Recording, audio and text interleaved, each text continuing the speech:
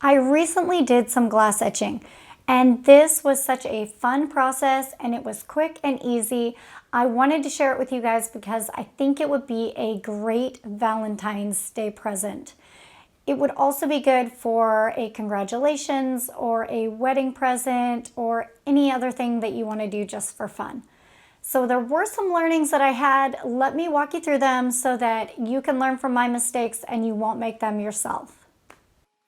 For the glasses, I ordered a pack of 10 stemless champagne flutes off of Amazon. I'll link them below.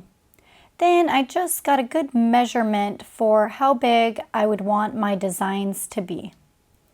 Then I went over to my Cricut, and I already have a document open, so I'm going to open this and I'll show you what I did to create this. I first started with a heart shape.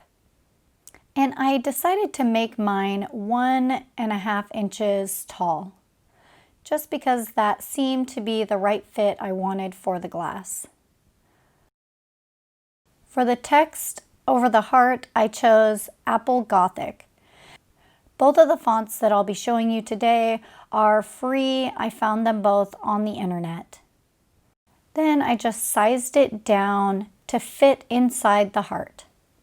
Then I'll move it out to the side because when it prints, it will print off as 2 different stencils. All right, let me get rid of this because I don't need a third one. And I'm going to move on and show you how I did the names. So again, just getting a text box. And for this one, I'm using the font Melanie Dry Brush. I really like this font and I use it for a lot of things. Now this one's kind of tricky. It's a cursive font.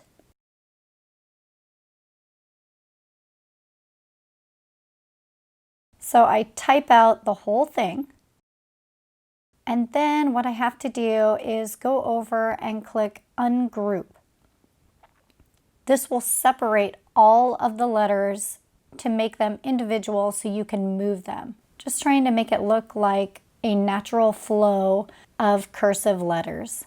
Once I have it just the way I like it, I'm going to highlight everything and click Weld. And now I can change the sizing and it will all stay together. So then go ahead and start creating it. When you do this, all of your designs will be mushed up together. I like to make sure to leave enough room around my design since, again, remember this will be your stencil and you want a border around it so that the etching cream does not get on your glass. And it's ready to go. The nice thing is it tells you exactly what to do on your Cricut machine here. All right, now with all my stencils printed, I've just cut them out individually and I'm using the weeding tool just to pull out the design that I want etched onto the glass. So in this one, I'm taking out the lettering because I want the lettering to actually be etched onto the glass. Now for the heart design, I pull out the heart because the heart will be etched onto the glass, but I leave the lettering because I will be putting the lettering in the heart. So when I etch, the lettering will actually not be etched. It'll be everything around it that will be. Now I put on the transfer paper. This will help me get my design onto the glass.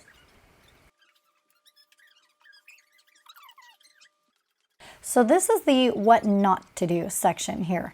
So as you can see, I put blue tape underneath my stencil. Don't do that because the etching ends up seeping underneath. I also did not use alcohol to wipe down the glass first. Not sure if that contributed to part of my problem. I'm using a sponge to put on this etching cream and I'm just not able to get it that thick. So as you can see, the etching cream seeped up underneath the stencil.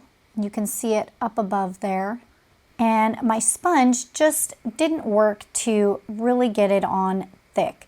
And you can see, especially on this one here, that it's just missing in some areas. It's splotchy. I really needed to get that cream thicker and more even. I'm going at it again here. This time I'm using alcohol first and just wiping down each of the glasses, just to make sure there's nothing on the glass that's going to keep that etching cream from working.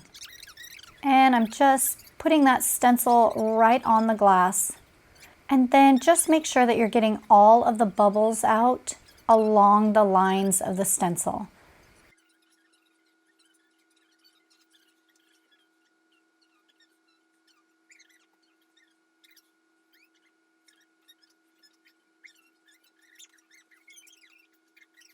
Now for the congratulations. I just kind of put this at a slant. You could do it straight on or whatever. I just liked that it was angled a little bit. And just making sure that all the areas around the letters are sealed tight with no bubbles. And this time I'm going to use a brush and the Armor Etch here. I'm going to mix it around really well so that it's very thick. And then I'm just applying a lot on at one time, trying to get it as even as possible. And that's about what you want right there. Maybe just even a little bit thicker. I probably should have gone back through and got some of those low areas a little bit more. You'll find that the letters are super easy and turn out really well. I did them really thick. It's better not to have it runny just because it starts to almost run down the edge of the glass, and I had that happen on one. Then I let mine sit for 15 minutes and I ran it under warm water, letting the cream just come off as much as it would on its own. Then I removed the vinyl stencil. And I just used my fingernail to get the extra little pieces that were still stuck to the glass.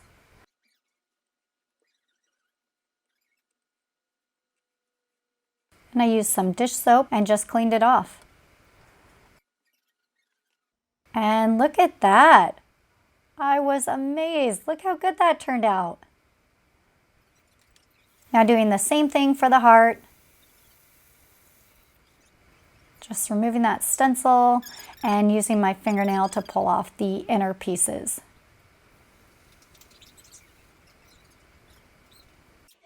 And look at that! Isn't that pretty slick?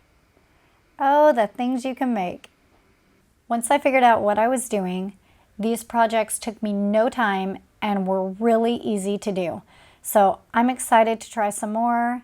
It's just such a cool, specialized thing that you could make somebody.